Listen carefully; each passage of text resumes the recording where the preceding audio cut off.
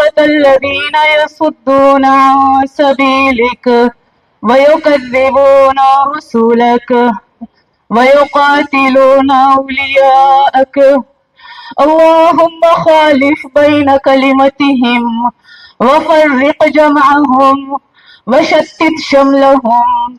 اللهم أنزل بهم بأسك الذي لا ترده عن القوم المجرمين. اللهم إنا نجعلك في نحورهم ونعوذ بك من شرورهم. اللهم أعز الإسلام والمسلمين وأذل الشرك والمشركين ودمر أعداء الدين. اللهم أعز الجهاد والمجاهدين وأذل الكفر والكافرين.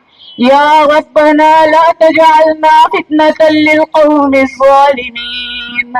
ربنا لا تجعل مصيبتنا في ديننا ودنيانا ولا تسلط علينا بذنوبنا من لا يرحمنا ولا يخافك فينا.